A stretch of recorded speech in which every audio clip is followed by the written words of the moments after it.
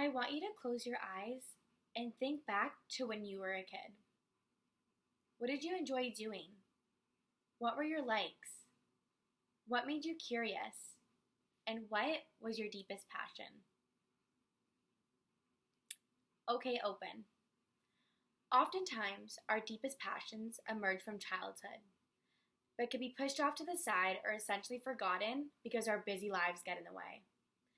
However, it doesn't mean it's too late to reconnect with those desires and inner feelings. Hi there, and welcome to my first ever TED Talk. My name is Sierra Amico. I am currently 23 years old and reside in a small town known as Bolton, Ontario.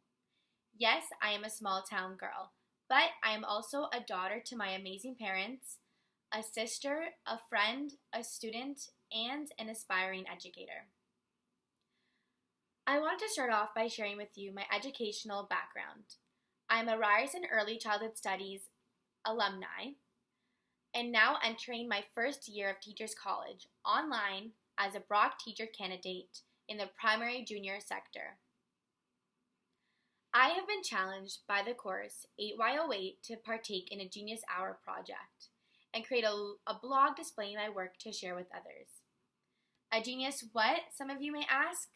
For those of you who don't know, a Genius Hour project is a self-driven research project that sparks from your own interest. How cool is that? It challenges you to explore and research your passion, and it allows you to choose and learn what you want to learn during a set period of time. The goal is to spend at least 1 hour a week working on it. This project stems from a practice at Google.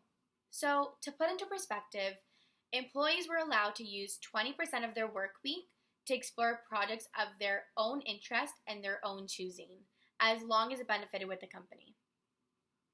As for me, each week I dedicated approximately 1 hour of my day to complete tasks and aims towards a final product. Throughout my blog post, I showcased my research, progress, and challenges through various forms of media elements in order to capture my authentic journey.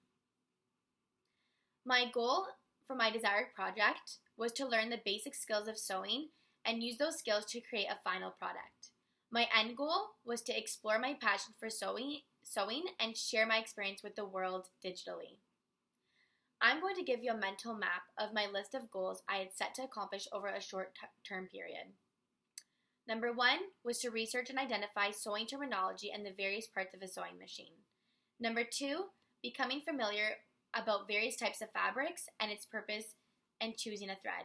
Number 3, learning how to properly stitch. And number 4, using all my skills learned and advance my knowledge to create a final clothing piece to be gifted.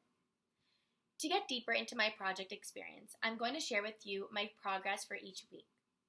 During week 1, I dedicated 1 hour to research sewing terminology, safety rules, and familiarizing myself with the different parts of functions of a sewing machine. I came across a few resources to help guide my understanding of learning how to sew.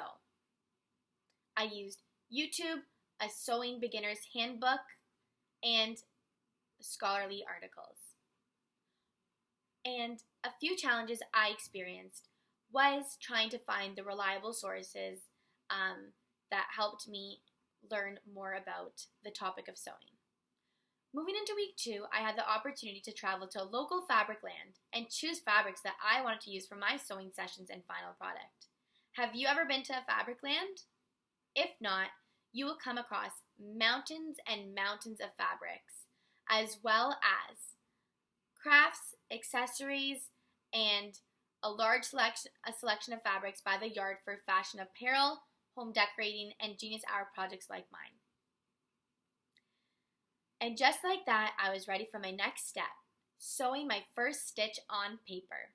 That's right, I said on paper.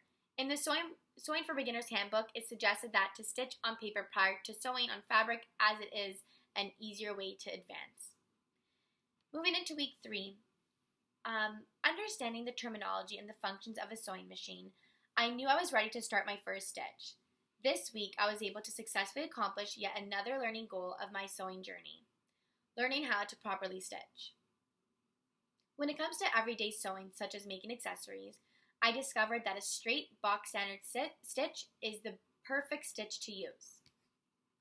Press your foot down, needle in the fabric, and holding threads. I followed a step-by-step process when sewing my first stitch. In week 4, I was able to use my techniques and experience and put my sewing skills to test and make my first product. Over the past few months, the world has experienced the most unpredictable and unimaginable shift in living due to COVID-19. From cases increasing daily, toilet paper emptied from the shelves, trips to the grocery store, and the hunt for necessities became quite the adventure. Before we knew it, social distancing, wearing gloves, and masks had become our new norm. I even catch myself at times doing a double take when I hear someone cough, sneeze, or even sniffle nearby. As a society, we have been forced to conform to a new way of living. The way we socialize and connect looks very different. The most traumatic lifestyle change in result of this pandemic is wearing a medical mask in indoor public places.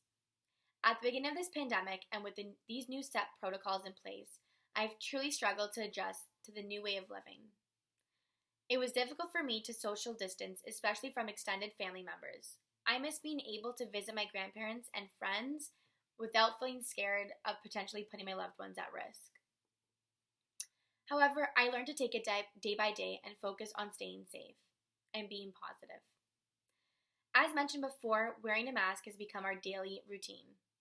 Personally, being in spaces where I am required to wear a mask or observing others wearing medical masks has not only caused anxiety for myself, but the greater public as well. Simply removing the negative connotation behind masks sparked the idea of creating my own unique mask. From this idea, I used my new passion for sewing and newly developed skills to create a reusable, unique mask that looked more appealing and less intimidating to the eye. Overall, the creation of the mask was completed successfully. To know that I'm able to create something that is such necessity in our lives today is extremely rewarding. Although this process required great patience and perseverance, I now validated that I am capable of starting and finishing a task that I once thought I could never accomplish. After completing my Genius Hour project, I learned a lot about myself, and that with hard work and dedication, I am able to accomplish anything I put my mind to. I am truly grateful for this experience, as it encouraged me to set aside time and pursue a topic that I've always felt passionate about. This self-driven research project gave me a chance to really challenge myself to explore, discover, and investigate a passion and then reflect on and share my learning with the world. Furthermore, my passion came to life and I developed many skills that are valuable in any learning situation. Research, experimentation, collaboration, creativity, problem-solving, critical thinking, you name it. Moving forward, my goal is to take my new skills, knowledge, and further my exploration for sewing and to continue following my deepest passions.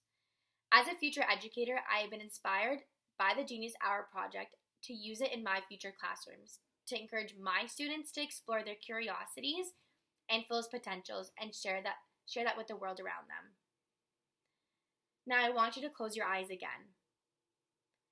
Now, if you had an hour each week to pursue any topic of interest, learn as much about it as you could, and then create a product, what would it be?